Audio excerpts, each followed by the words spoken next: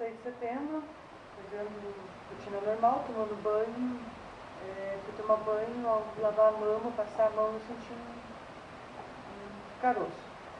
Achei estranho, porque era bem grande, nunca tinha sentido, estava uma forma normal de tomar banho sempre, não estava palpando nada.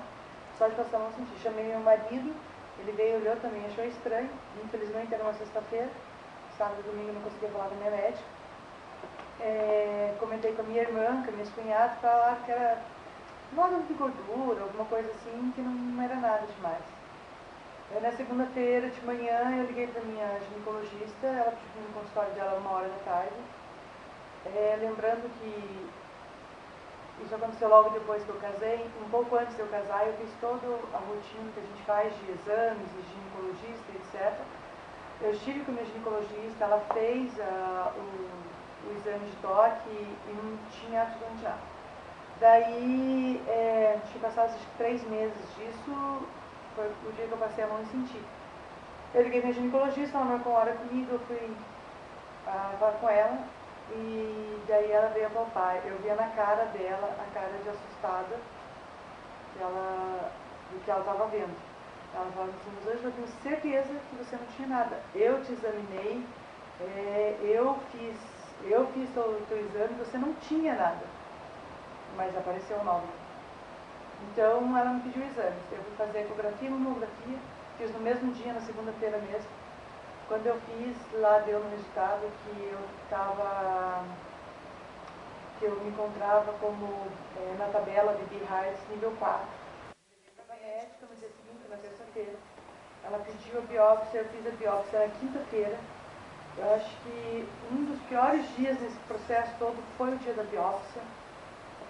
Eu estava muito nervosa, minha pressão estava 19/15, eu não conseguia, não pelo exame, porque a biópsia na verdade ela não dói, você toma uma anestesia local e eles te fazem furinhos, é uma agulha um pouco mais grossa, mas são furinhos. Mas assim, em saber em qual situação você de repente pode se encontrar, aquilo assim para mim acho que foi pior que o dia da cirurgia, na verdade. Fiz na quinta-feira, o resultado saiu só dali 15 dias. Mas na semana seguinte, na outra quinta-feira, passou uma semana, na segunda-feira, final do dia, minha médica me ligou, dizendo que era para mim no consultório dela na terça de manhã, que ela queria conversar comigo. Eu já imaginei que o resultado, para mim, na verdade, eu tinha certeza do que era, desde o dia que eu tomei banho, passei a mão e senti o nódulo. Ali, para mim, eu já sabia. A minha irmã falava: você está sendo pessimista. Não era ser pessimista, é você ter a noção da realidade que você ia enfrentar. Eu tinha essa noção. Eu tinha certeza que não era qualquer coisa que estava acontecendo. Fiz a biópsia, ela me ligou, meu marido foi na empresa, me pegou e a gente foi para o consultório dela. Eu cheguei no consultório dela e daí ela me deu o diagnóstico que eu tinha câncer de mama. E eu lembro que ela questionava ela: doutora, como eu tenho câncer de mama?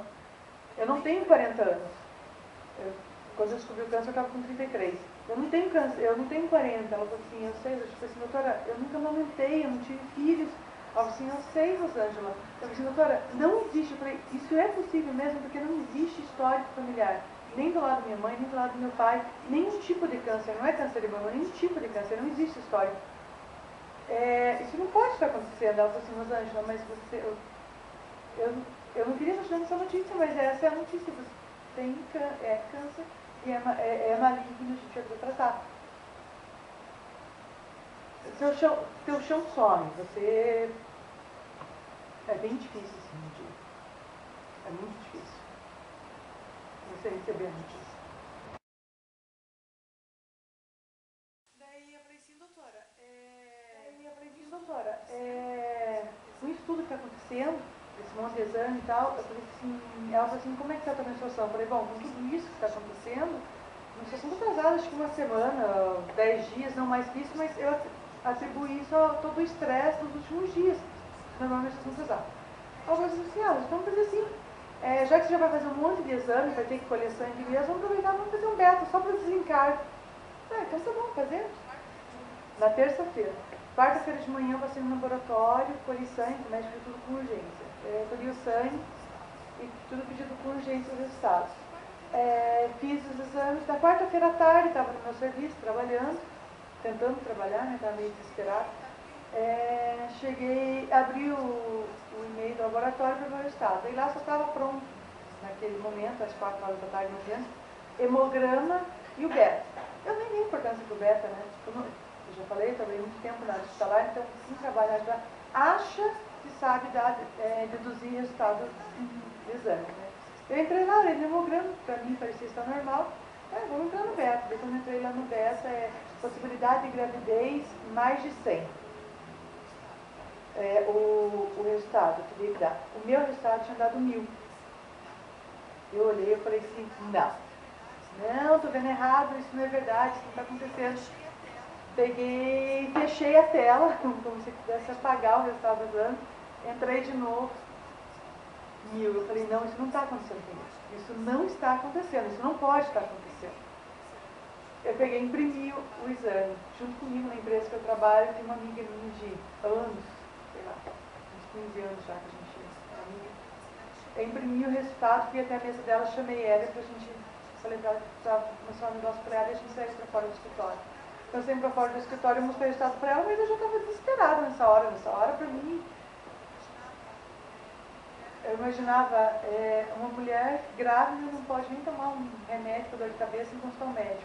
Como eu vou fazer quimioterapia para dar um câncer grávida. Na quinta-feira, quando eu cheguei no meu médico, a minha cabeça era, eu vou ter que escolher. Ou eu vou ter meu filho ou eu vou fazer um tratamento. Isso não é uma coisa que você tem opção. Você não tem escolha no caso desse. Era para ser o dia mais feliz da minha vida. Para quem me conhece, sabe que a minha maior paixão é criança. Até brincava quando as pessoas perguntavam o que eu queria ser, qual a profissão que eu queria estudar. Eu falava assim, eu vim ao mundo para ser mãe. Sempre falei isso. Eu vim ao mundo para ser mãe. Então, para mim aquele era para ser o dia mais feliz da minha vida, mas infelizmente foi o pior dia da minha vida. Eu achei que eu tinha que escolher entre meu filho e a minha doença.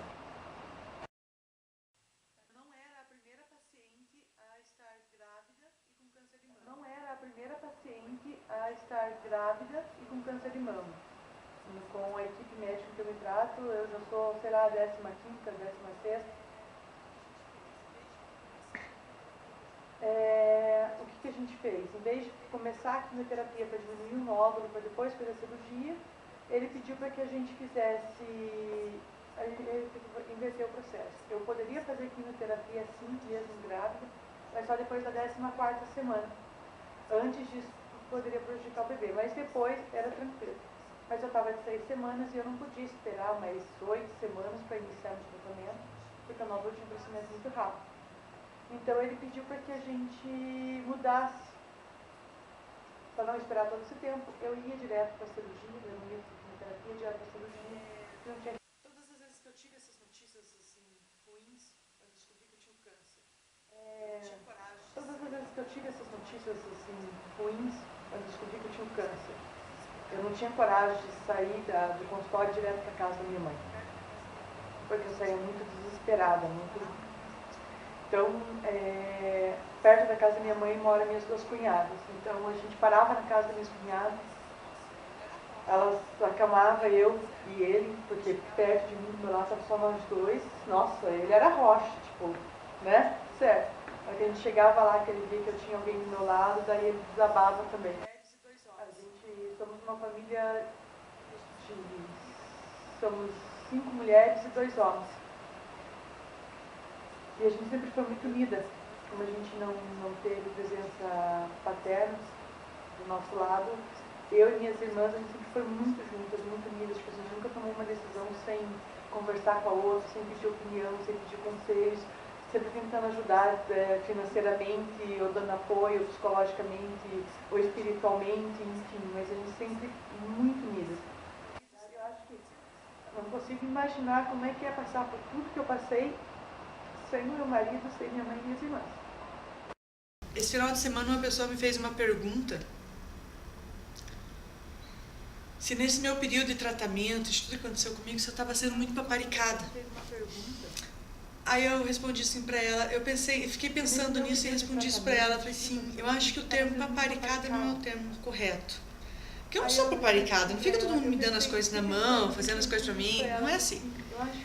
Mas você percebe uma coisa que a gente no nosso dia a dia a gente não consegue perceber. A gente sabe que a família da gente ama a gente. A gente sabe que a gente tem amigos muito queridos que estão do teu lado. Mas a gente não tem noção da imensidão do amor das pessoas pela gente. É isso que você aprende com a doença. Muitos queridos que estão do teu lado. Mas a gente não tem noção da imensidão do amor das pessoas pela gente. É isso que você aprende com a doença.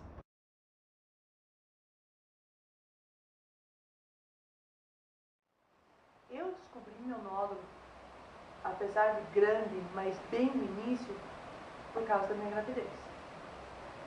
Deus permitiu que eu tivesse um filho, que eu costumo dizer que era meu anjo, para vir ao mundo, para me mostrar o que eu tinha. Eu recém tinha feito um exame ginecológico básico, apalpando a mama, e que não aparecia absolutamente nada. Provavelmente eu só voltaria a fazer esse exame dali um ano, que é o que eu costumo fazer, entre 9 meses a um ano que a gente retorna o ginecologista de volta. Então, somente no final desse ano, na metade desse ano para o final, eu ia procurar meu ginecologista novamente para poder fazer o exame. Se eu não estivesse grávida, eu talvez hoje estivesse com um nódulo e ainda não descoberto a doença.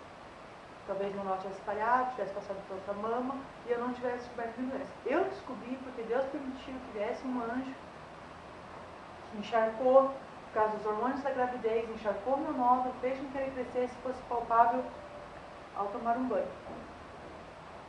Lembro que na consulta, quando eu tive com a minha ginecologista, eu falei para ela: doutora, eu não tenho que fazer uma mamografia, alguma coisa assim? Ela falou assim: mas por que, Rosângela? Você não tem nenhum histórico familiar, você ainda não aumentou, você só tem 32 anos, não tem necessidade de você fazer. Eu mesmo tenho 36 anos e nunca fiz. Então, assim, não precisa a gente fazer. Tem, doutor, então tá bom. Porque esse é o pré-diagnóstico que se dão para a doença. Mas isso não é a realidade que nós vivemos hoje. Pode ser que alguns anos atrás o câncer só aparecesse numa mulher acima de 40, que tivesse amamentado, que tivesse a doença familiar. Eu não tenho ninguém na minha família que teve câncer. Eu descobri meu câncer com 33. Até então nunca tinha ficado grávida. Eu não tenho nada dos pré-diagnósticos. Eu não sei, eu acho que deveria ser obrigatório você fazer uma mamografia ou uma ecografia desde que você começa a ir no ginecologista. A gente não tem que fazer uma vez por ano preventivo, Papa Nicolau, a gente não tem que fazer tudo isso uma vez por ano só por ser mulher? Não tem que fazer? Controlar? Por que a gente não pode fazer junto? Por que não se vira isso uma rotina, não sei, uma dos médicos te pedir a ecografia mamária?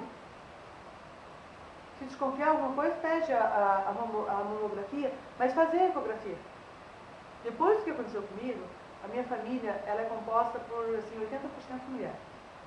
Tem muita mulher na minha família. Eu saí pedindo aos 4 campos de toda a minha família para que todas as mulheres fossem fazer mamografia. Na minha casa, todas as minhas irmãs, com exceção de uma que estava aumentando que ainda não pôde ir, mas todas foram fazer. A minha mãe foi fazer e descobriu que tem. Graças a Deus, tudo indica que são nódulos benignos, não seria o câncer. Mas tem. Mas por quê? A gente não tem. Ninguém faz. Via reportagem essa semana, estava comentando que via reportagem essa semana, de novo na televisão, todo mundo falando. Diagnóstico para câncer, tem que fazer controle, mulher acima de 40. Gente, não é acima de 40.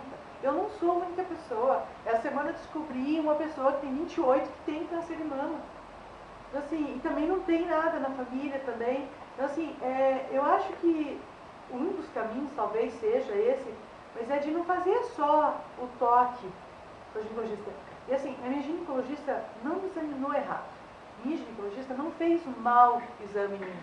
Tanto que um mês antes de eu ir nela, eu fui em outro ginecologista, meu convênio não autorizava a consulta com ela, fui em outro ginecologista que também fez o exame em mim.